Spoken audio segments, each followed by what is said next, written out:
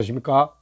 300초 인문학의 강서욱 PD입니다. 강 PD의 책 읽기, 지금 명상록을 읽고 있습니다. 그 네 번째 시간, 챕터 4에 대해서 한번 읽어보도록 하겠습니다. 마르크스 아울렐리우스 황제의 이 명상록은, 전체적으로 이렇게 보면 조금 정리해서 보면 이런 부분이 있습니다. 이게 타인에 대해서 관심을 갖고 타인의 어떤 움직임이나 타인의 마음속을 이해하려고 막 이렇게 노력하는 것보다는 자기 자신, 그리고 그렇지 않으면 외부의 어떤 일어나는 현상에 대해서 이렇게 외부의 눈을 돌리기보다는 자신의 내면, 그리고 외부에서 일어나는 수많은 어떤 욕망의 덩어리, 욕망의 현장들이 있잖아요.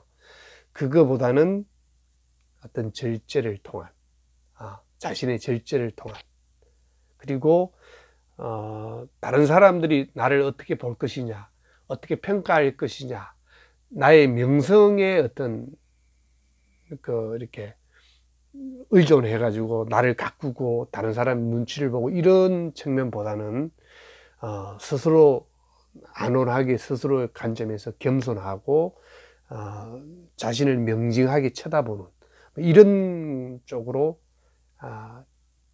정리된 어떤 내용이 이 마르크스 아울렐리우스 황제의 명상록이다 보면 좀 이해하기 편합니다. 그래서 타인이나 외부, 욕망이나 명성이 아니라 자신 스스로, 그 다음에 내면, 그 다음에 절제, 겸손, 이런 것들로 과거와 현재와 미래 속에서 이 합리적 이성을 가지고 살아가라, 이런 얘기가 명상록의 전편에 나온다고 보면 이해하기 쉽습니다. 그 중에서 이 챕터 4 네 번째 장에서는 이런 부분에 나옵니다. 그 중에서 이제 당신 안에 있는 작은 영지에 안주하라. 무엇보다도 마음을 혼란시키지 말며 초조해하지 말고 자유로워야 한다. 한 남자로서, 인간으로서, 시민으로서, 그리고 언젠가는 죽어야 할 존재로서 인생을 대하라. 당신이 명심해야 할 좌우명으로서는 다음에 두 가지를 언제나 기억하라. 그 두 가지를 기억하라고 그러면서 그 첫 번째는 사물은 외부에 있고 고정된 것이므로 영혼에 영향을 주지 못한다. 그러니까 아까 그 타인, 외부, 욕망, 명성 이런 것처럼 사물은 외부에 있고 또 고정되어 있는 거예요. 근데 이것은 나의 영혼에 영향을 주지 못한다는 거예요. 마음의 동요는 오직 마음속의 주관에서 비롯될 뿐. 이 일체유심조, 일체유심론처럼 내 마음이 어떻게 그걸 받아들이고 분노하고 반응하고 하느냐에 따라서 일어나는 어떤 마음의 주관에서 비롯될 뿐이다. 자, 두 번째로는 눈앞에 있는 것은 매 순간 변하며 곧 사라져 존재하지 않게 된다. 이 또한 지나가리라. 이 또한 변하리라. 만물유전. 이런 것들이 다 이 언어 속에 이제 나오죠. 이미 당신은 그러한 변화를 수없이 목격하지 않았는가. 영원할 것 같은 사랑, 영원무진할 것 같은 어떤 가치들이 그 시기나 그 시절이 아니면 낡은 것이 되고 또 새로운 가치나 기준들이 생겨나는 것처럼 이 모든 것들은 변화를 수없이 일으키고 우리를 바꾸어 놓고 있죠. 그래서 우주는 변하며 인생은 자신이 그것을 어떻게 생각하느냐 하는 견해에 불과하다라고 명상록에서 적고 있습니다. 이 네 번째 장 중에서 또 하나 기억해야 할 챕터가 하나 있는데 마르크스 아울렐리우스 황제는 이 두 가지 규칙을 따를 마음의 준비를 하라. 언제나 다음에 두 가지 규칙을 따를 마음의 준비를 하라 그러면서 첫째로는 또 어떤 이성을 이야기하고 있습니다. 지배자로서 또는 입법자로서의 이성이 인간에게 유익하다고 권유하는 일만을 행해야 한다. 우리가 생각하는, 우리가 항상 판단하는 그 합리적 이성, 그 이성이 우리 인간에게 유리하고, 그 다음에 어떤 유익하고 권유하는 일만을 행하라. 그 다음에 두 번째는 어떤 우리가 생각을 바꾸거나 행동을 바꿀 때는 어떤 준거의 틀이 있어야 된다. 그러면서 이렇게 주장합니다. 당신 주위에 당신을 올바른 길로 인도하고자 하는 사람이 있다면 그 사람의 충고에 따라 당신의 생각을 바꾸어야 한다. 그러나 여기서 중요한 기준점이 이겁니다. 당신의 생각을 바꿀 때에는 정의나 공공의 이익에 어긋나지 않는다는 확신이 있을 때까지 다시 한번 신중히 생각해 보아야 한다. 그 결심이 쾌락이나 좋은 평판을 받기 위한 동기에서 출발해서는 안 된다고 이야기하고 있습니다. 자, 우리가 주변의 사람들이 많은 충고를 하잖아요. 당신의 생각을 바꿔야 된다, 이런 이야기를 할 때 우리가 기가 솔깃하기도 하고, 내 행동이나 내 생각을 바꿀 때 그 기저에는 두 가지의 중요한 선행으로 체크해 봐야 될 게 있습니다.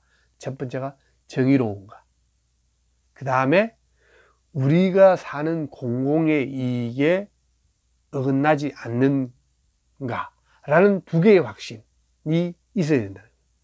근데 이게 없고 내가 좋아하는 쾌락이나 어떤 주변의 내 좋은 평판을 의지하고서는 그런 어떤 동기에서 출발하면 이것은 이 판단이나 자기 생각을 바꾼 거나 행동을 바꾼 거는 아니함만 못하다, 이런 얘기를 하고 있습니다. 근데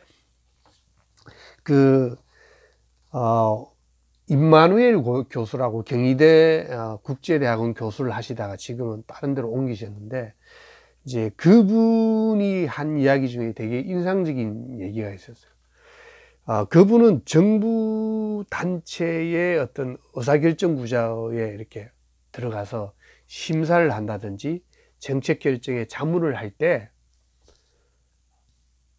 이 임마누엘 교수가 책도 냈어요. 뭐 한국인이 모르는 뭐 새로운 한국, 뭐 이런 또 다른 한국, 뭐 이런 주제의 책도 냈는데, 생각보다 어떤 국가의 위원회나 어떤 정책 의사결정을 할 때 반드시 물어야 될 게 뭐냐면, 이 일은 국민에게 필요한 일인가?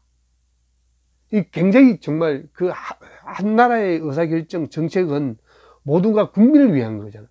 이 일은 국민에게 이롭고 아니면 우리나라의 100년지 되게 아니면 10년지 되게 필요한 일인가를 먼저 묻고 어떤 판단을 하고 심사숙고를 해야 되는데, 이런 질문 자체를 하지 않고 이미 막 뭔가에 쫓겨가면서 결론을 내리는 듯한 이런 얘기를 했고요.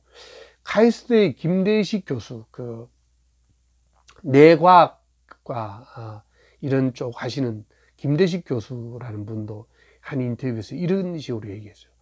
생각보다 우리나라의 지식인 집단이라고 하는 소위 말해서 오피니언 리더 집단들이 생각보다 자기 분야의 전문가가 아니다라는 거예요. 생각보다 약간 을치기들이 많았다는 거죠. 왜 그러냐면, 어떤 회사의 국가의 중요한 의사결정 구조를 할 때 적어도 내가 디자인 전문가다, 아니면 내가 어떤 그 일본 전문가다 그러면 꾸준히 업데이트된 어떤 정보나 책들을 쭉 읽고 잡지들도 한두 개 몇 개 중요한 정보를 봐야 되는데, 어느 순간 공부와 배움이 딱 멈춰지고 과거의 습관, 과거에 배운 것을 그냥 떨그릉 거리면서 팔아먹고 사는 거죠. 세상이 바뀌는 걸 이해하고 따라잡아서 그것을 정책에 반영하려고 하지 않고 과거에 멈춘 그 사고로 어떤 정책 결정을 하는 경우가 많이 봤다는 거예요. 저는 그 말에 굉장히 공감해요. 저도 그런 어떤 간담회나 자문회의 같은 데 한 번씩 들어가면 그런 느낌을 많이 받거든요. 여기서 그 얘기를 바로 하고 있는 거예요. 우리가 사람의 충고에 따라 당신의 생각을 바꾸어야 한다면 그 전제 조건은 당신의 생각을 바꾸려면 바로 정의나 공공의 이익에 어긋나지 않는다는 확신이 있을 때까지 다시 한번 신중해야 되고, 그것이 만약에 쾌락이나 좋은 평판을 위한 동기에서 출발한다면 그것은 아니된 일이다. 이 지점은 아주 명쾌하게 마르크스 아우렐리우스 황제가 수천 년 전에 이 얘기를 우리에게 전해주고 있습니다. 자, 오늘은 네 번째 시간이었습니다.